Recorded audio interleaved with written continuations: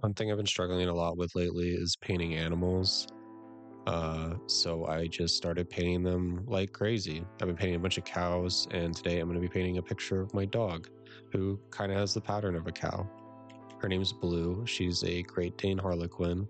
She's honestly the perfect art muse for a dog. She has one blue eye, which is like a really cool accent, and she has a really neat pattern going on. He's also my baby. So when I'm not looking at her, I'm just going to be looking at the picture I painted of her on my wall. I'm using a pretty big palette today. I think I used every single color in the palette other than the mud color, which is just everything mixed together, which I'm kind of surprised about because I usually use that quite a bit. Start off, I'm just going to refine my sketch and block in all the darks of the painting that I can see. This mix I'm using is ultramarine blue and red ochre, which makes a really nice black color. It's become one of my favorite color combinations lately. I did lose a small part of the video here where I go over the dark with a kind of like a mauve mix, which is alizarin crimson, titanium white, and ultramarine blue to kind of, give it like a nice gradient.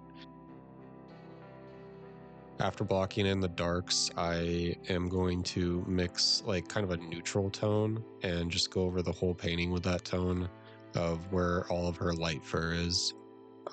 When I'm painting a dog, I try to keep in mind of which direction the fur is growing, out of her, and I kind of simulate that with my brush strokes and the direction it's going. Try to leave like some spacing in between, like where I'm putting all this kind of neutral tone, so the background kind of bleeds through, and then it leaves kind of a cool effect when I go back over it again with a lighter tone with more titanium white in it. It gives it kind of almost like a translucent type feel and adds some more texture to the painting. I feel like fur is kind of one of the more complicated things to paint, and I'm really working to try to not overpaint the fur. I don't want to paint every single whisker on her face. I want to try to keep it more blocky and kind of a little stylized too, so it's more simple. Because as soon as you start painting like the minutia of fur, it'll just get out of control and it won't look realistic at all. So try to focus on like the big picture of the fur, or at least that's what I keep telling myself while I'm painting fur, even though I sometimes get zapped into the details and I'm painting too many whiskers. For the sky, I'm using ultramarine blue and alizarin crimson and titanium white, which kind of makes like that dark mauve color that I went over her fur coat with for the black. But I'm going to be using that on the sky as well. And I feel like using that color combination in both areas makes it so it places her more inside the image because the colors on her fur and in the sky. I got kind of abstract with the background. I feel like it looks kind of futuristic, and I even had somebody say that. It kind of gives off like Disco Elysium vibes a little bit, but I enjoyed painting my big, blobby, blocky trees in the background.